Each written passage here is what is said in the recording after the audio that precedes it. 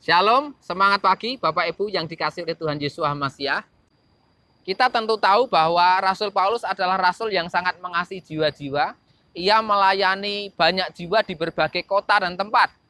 Maka dia mengirimkan surat kepada orang-orang atau jemaat yang sudah pernah dilayani, termasuk salah satunya adalah jemaat yang ada di Tesalonika. Dan setelah menyampaikan beberapa pesan, hal-hal apa yang harus mereka perbuat di dalam kehidupan mereka, Bapak Ibu, Paulus tidak lupa untuk berdoa dan memberkati jemaat Tesalonika supaya mereka ini diberikan damai sejahtera oleh Tuhan, supaya mereka disertai oleh Tuhan. Di dalam suratnya yang kedua, di Tesalonika pasal 3, 2 Tesalonika 3 ayat 16, ia berkata, "Dan dia sendiri, Tuhan damai sejahtera, kiranya senantiasa memberikan damai sejahtera kepadamu di setiap jalanmu, Tuhan beserta kamu semua." Itulah doa berkat, itulah pengharapan dari Rasul Paulus untuk jemaat di Tesalonika. Nah, kenapa Paulus mendoakan jemaat dengan pokok doa seperti itu, Bapak Ibu? Ternyata Paulus mendengar, Paulus mengetahui bahwa ada tanda-tanda beberapa jemaat terguncang pikirannya. Mereka menjadi takut seolah-olah hari Hamasiah sudah tiba. Mari kita baca di 2 Tesalonika pasal 2 ayat yang kedua. Saya akan bacakan dari ayat yang ke-1 supaya lebih jelas Bapak Ibu. 2 Tesalonika 2 ayat 1. "Dan kami meminta kamu saudara-saudara, sehubungan dengan kedatangan Tuhan kita Yesus Hamasiah dan berkumpulnya kita pada Dia, supaya kamu tidak cepat digoncangkan oleh pikiran, tidak pula ditakutkan, baik oleh roh ataupun oleh perkataan, ataupun oleh surat yang seakan-akan melalui kami, bahwa seolah-olah hari Hamasiah telah tiba." Jadi mereka terguncang pikirannya, mereka takut karena ada orang-orang yang mengajarkan kepada mereka seolah-olah hari Hamasiah sudah tiba. Apa itu hari Hamasiah, saudara? Hari Hamasiah yang dimaksudkan oleh Paulus adalah hari di mana kemurkaan Tuhan akan ditimpakan atas seluruh dunia. Mereka merasa bahwa saat kemurkaan Tuhan itu sudah mulai terjadi. Dan ini mengguncangkan pikiran mereka. Mereka bisa berpikir bahwa bisa-bisa kemurkaan Tuhan itu juga mendatangi mereka. Padahal tidak demikian, saudara.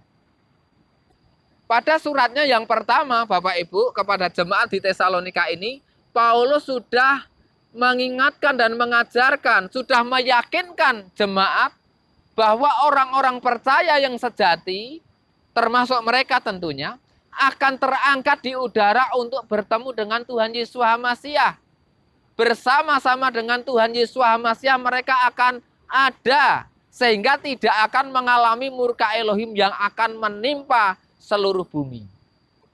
Karena itulah Bapak Saudara, Paulus memberikan pengertian kepada jemaat yang ada. Mari kita baca bersama di 2 Tesalonika pasal 2 ayat yang ketiga dan ayat yang keempat.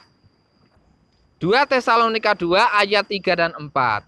"Biarlah tidak seorang pun menyesatkan kamu dengan cara apapun, kecuali bahwa pertama-tama kemurtatan itu datang dan manusia pendosa, yaitu anak kebinasaan itu disingkapkan, yakni dia yang menentang dan meninggikan dirinya atas segala sesuatu yang disebut ilah atau sesuatu yang disembah, sehingga ia duduk sebagai ilah di tempat kudus Elohim, sambil memamerkan dirinya bahwa dia adalah Elohim."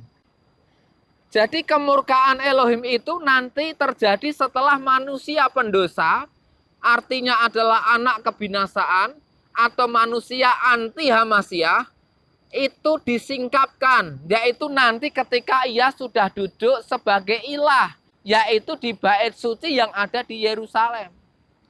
Sedangkan pada waktu itu Bapak Ibu, pembinasa keji yang berdiri di tempat kudus itu belum disingkapkan, belum ada, bahkan hingga sekarang ini juga belum disingkapkan. Jangankan pembinasa keji berdiri di tempat kudus, sekarang ini bait kudus pun juga belum berdiri, saudara. Jadi hari kemurkaan itu, masa di mana anti Hamasiah itu berkuasa, belum datang.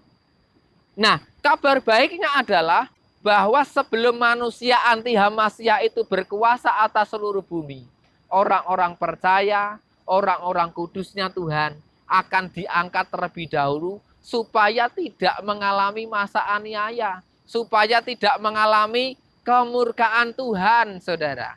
Termasuk saya berdoa, saudara dan juga saya mengalami hal itu. Maka di samping Paulus memberikan pengertian seperti itu, Bapak Ibu, Paulus menghimbau dan Paulus mendoakan supaya mereka tetap mengasihi Elohim, supaya mereka tetap tabah di dalam iman mereka. Di 2 Tesalonika pasal 3 ayat yang kelima, Paulus katakan, dan kiranya Tuhan mengarahkan hatimu kepada kasih Elohim dan kepada ketabahan Hamasiyah. Itulah doa Paulus, itulah pengharapan Paulus, supaya seluruh jemaat Tesalonika dan kita semua mengarahkan hati kepada kasih Elohim, supaya kita ini tabah, ingat akan ketabahan Hamasiyah Yesua. Dan yang terakhir Bapak Ibu, Paulus berpesan dan memerintahkan supaya ada pendisiplinan bagi jemaat, supaya orang-orang yang tidak mau bekerja tidak usah makan waktu itu, supaya semua jemaat bekerja, sehingga dengan demikian mereka bisa makan rotinya sendiri dengan tenang. Dan supaya mereka tidak tawar hati untuk terus berbuat yang baik. Untuk mereka bisa berbagi. Saudara bisa baca itu di 2 Tesalonika pasal 2 ayat 12 sampai dengan ayat yang ke-13.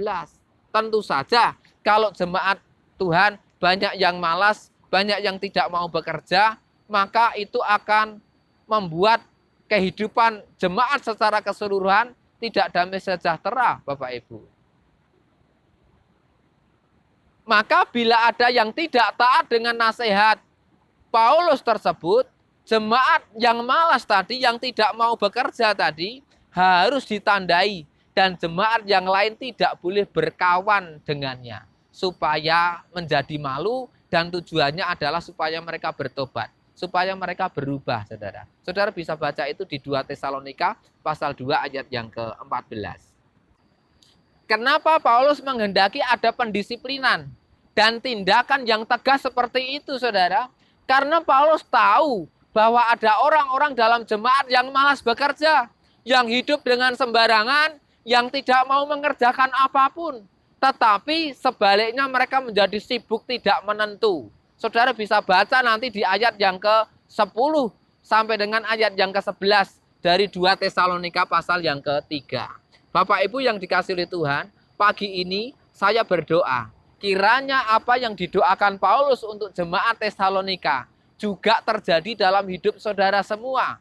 Bahwa Tuhan damai sejahtera senantiasa memberikan damai sejahtera di setiap jalan-jalan saudara. Bahwa Tuhan selalu menyertai saudara dalam apa yang saudara kerjakan. Apapun yang tidak bertentangan dengan sabda Tuhan, saya percaya pasti Tuhan akan membuat menjadi berhasil. Saya berdoa kiranya bahwa kita semua tidak perlu takut dengan pengajaran-pengajaran yang tidak alkitabiah, ajaran-ajaran palsu yang membuat kita bisa kehilangan damai sejahtera. Bagaimana kita bisa mengetahui bahwa pengajaran seseorang, pengajaran itu palsu, pengajaran itu tidak alkitabiah? Ya kita harus cross check dengan apa yang tertulis di dalam kitab suci kita. Marilah Bapak Saudara semua, kita semua hidup dengan tenang, kita hidup dengan damai sejahtera, kita penuh semangat dalam menjalani hidup kita. Kita tidak tawar hati untuk terus kita berbuat yang baik. Semangat pagi Bapak Ibu. Tuhan Yesus Hamasiah memberkati kita semuanya. Haleluya. Amin.